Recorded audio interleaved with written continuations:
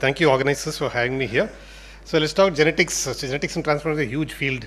You heard part of it already. The previous talk was on the gene expression, and we heard about pharmacogenomics, and we heard about DDCF DNA. All of these are genetics and transplantation. But from my point of view, I'll stick to genetic evaluation because that seems to become more and more important.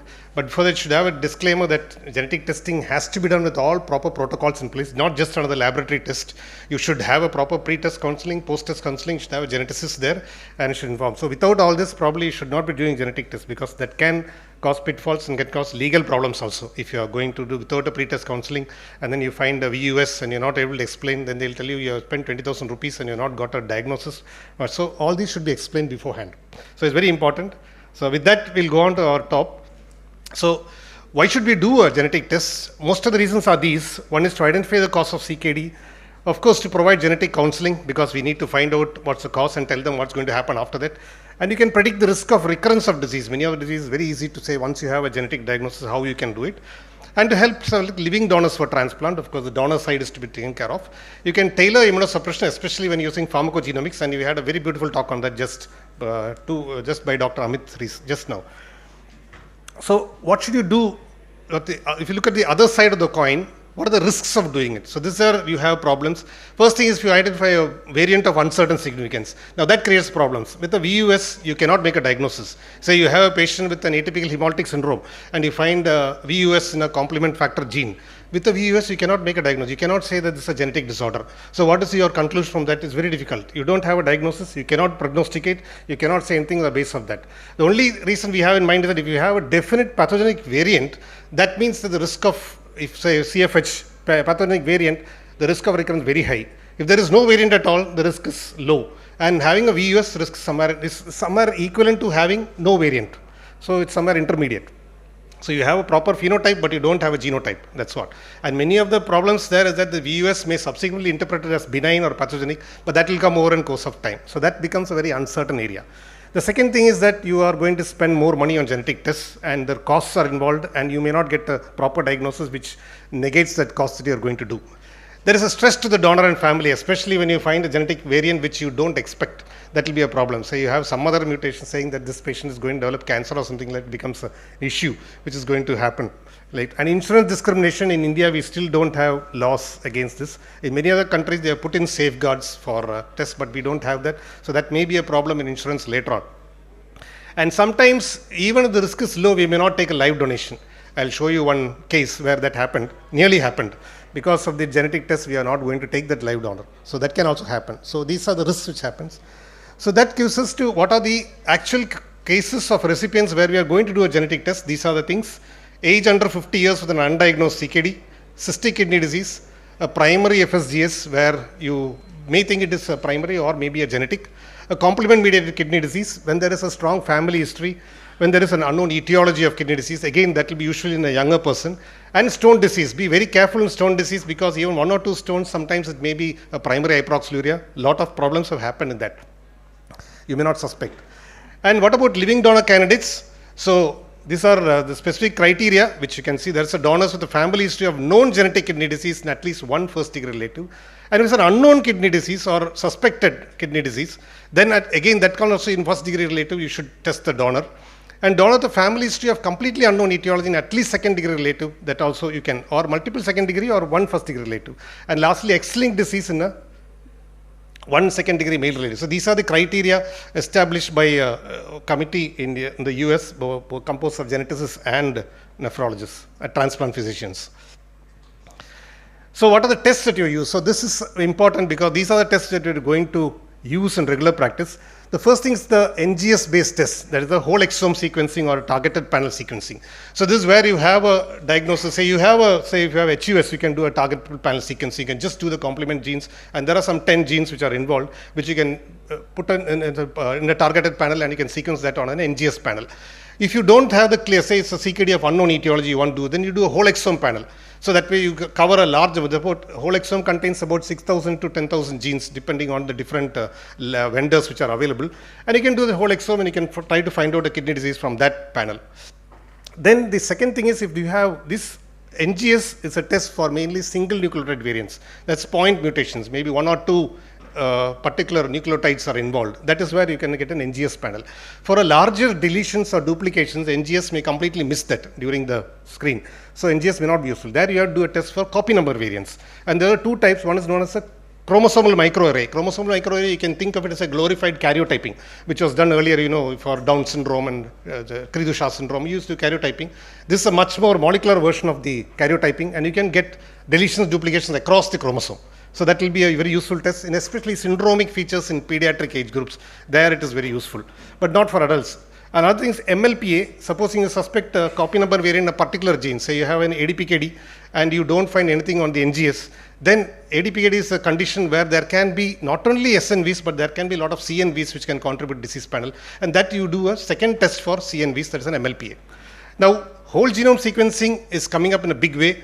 If whole genome sequencing costs are very high, if the costs come down, you can replace all these tests, because whole genome will pick up SNVs, CNVs, everything. It has got very thorough read, very in-depth concentration, so you don't need anything else if you're doing a whole genome.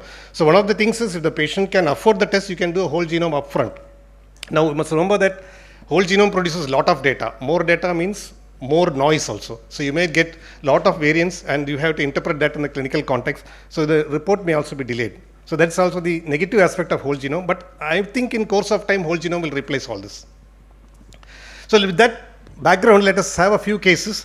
This is the first case, a 19-year-old girl, and you can see the clinical phenotype is typical HUS. She had after her wedding actually, and she was being treated for infertility with hormones. You may say a little young to be treated for infertility, but still that's what things happen like that. So she had a typical features of HUS. She had anti-CFH antibodies were absent, so we thought it's a primary genetically driven HUS. So we did 6 sessions of Plex, she improved, everything came back to normal, she was fine. 2 months later, she developed COVID. This was during the COVID pandemic. And after that 1 week, she developed a severe relapse with seizures, severe hypertension, and she was pulmonary edema, she was on a ventilator. And so she was a multiple plex, and until the kidneys got completely out, she never recovered. So anuric AKI and not recovered, and finally she came out of the ventilator and on regular dialysis. So at this time we did a genetic study. It was an NGS targeted exome panel, and you can see that what we have got here is 2 variants in CFHR1. So CFHR1 is a complement factor H related complement. It's not a complement factor, it's a related proteins. We do not really know the function of these proteins, but in general, the CFHR proteins antagonize the CFH action. So CFH actually, is a brake on the complement alternate pathway, and CFHR will actually do the opposite action of that. But in the clinical significance of CFHR and the physiology, normal physiology is rather doubtful. And we do not know significance in these conditions. Anyway, what we see here, these are VUSs, so we cannot make a diagnosis on this. And generally, even if what happens is that, we have VUS in CFHR1, so these are the options that we have right now. You can go ahead with the transplant with some degree of recurrence, like I told you earlier, or you should plan for a transplant from the mother who is a willing donor, this is the only donor which is available. Or you should take the finding as significant and give eculizumab if available, and probably put her on eculizumab, do a transplant. Or the other thing is, you should plan further testing. Now, what we should do is that this is a variant that you find in an NGS. Now, CFH, all these complement factor variants, they can have multiple CNVs. It's very common in this pathway, a lot of deletions, duplications. So we have to do a test for CNVs. And we did an MLPA, and you can find that now you have a heterozygous deletion in a CFH, and which is a susceptibility allele. So one of the problems with all these complement genes is that they are not really pathogenic in a sense. Many people may have the same gene, some of them develop severe disease, some of them may have no disease at all, but a right problem occurs at some time, they may develop disease in future.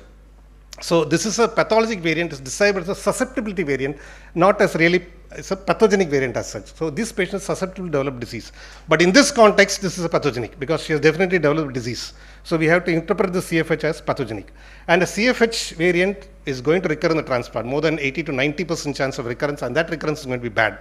So either she has to be on a lifelong eculizumab, or she has to undergo liver transplant with kidney transplant. So what we learned from this is that pathogenic CFH variants are a high chance of recurrence. We should not be doing transplants in them without adequate support with eculizumab. Many times these are large deletions or duplications, and that can be missed on a standard NGS panel. So we should do a test for CNVs in conditions where this is possible. So these are the things that we learned from this particular study. So let's go to the second case. This is a 40-year-old male with ESRD, and the ultrasound showed a hyperechoic medulla suggestive medullary nephrocalcinosis. So our immediate suspicion is whether this is a primary hyperoxaluria or are you going to have a severe problem post-transplant. So a genetic study was done, and now we can see two variants were picked up. One is KCNJ1. KCNJ1 codes for the sodium potassium 2 chloride channel in the thick ascending limb of loop of Henle. That's a homozygous deletion. It's a missense variant and is classified as uncertain significance. So you can see uncertain significance.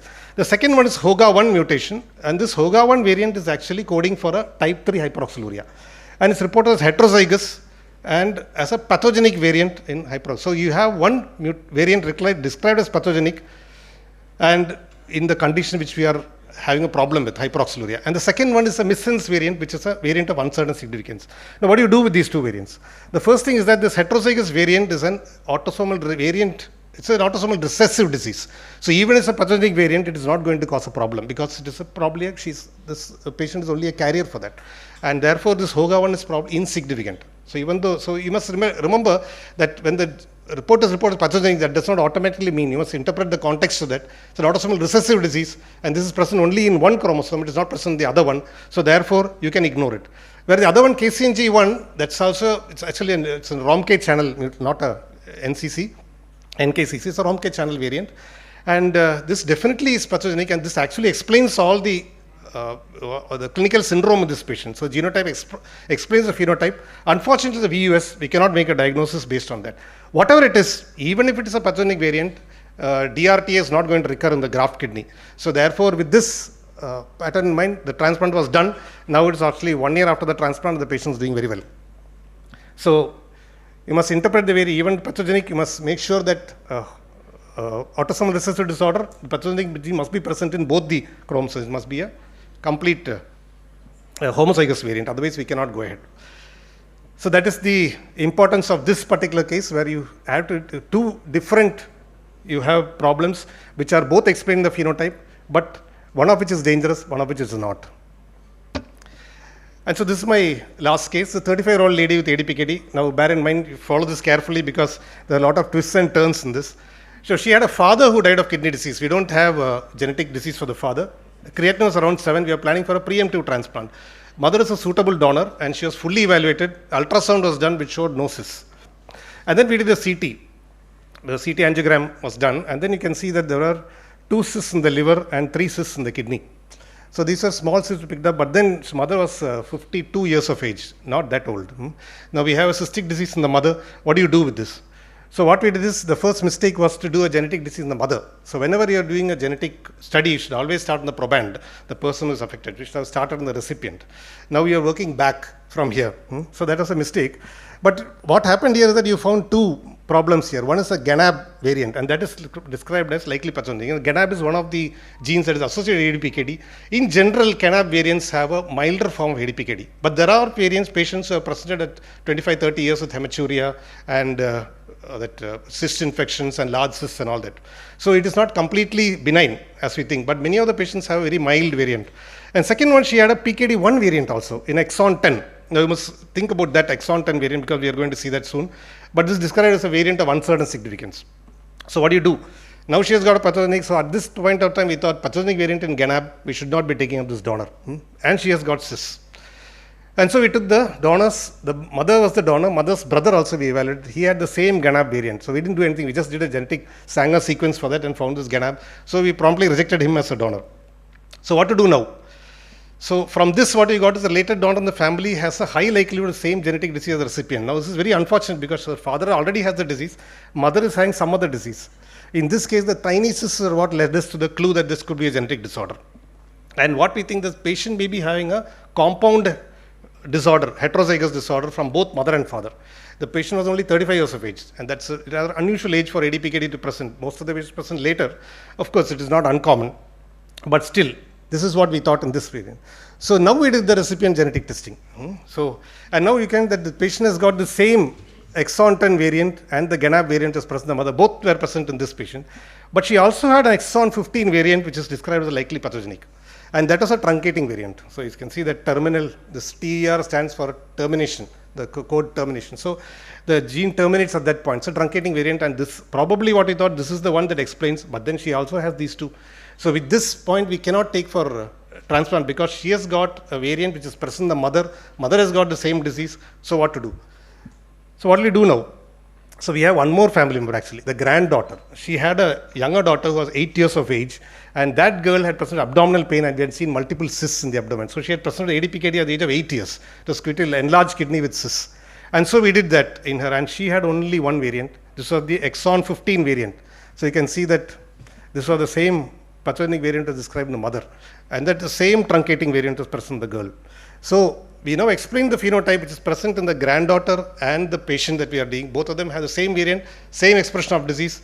Mother is having a relatively benign form of disease. So with this, what we thought, the gene responsible for the severe features, the truncating variant in PKD1 exon 15.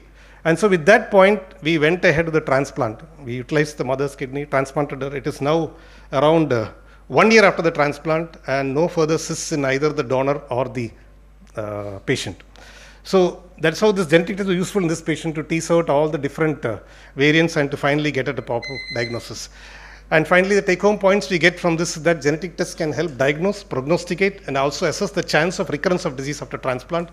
You can also select donors, and we have a new science of pharmacogenomics, can select what type of treatment you can use for this.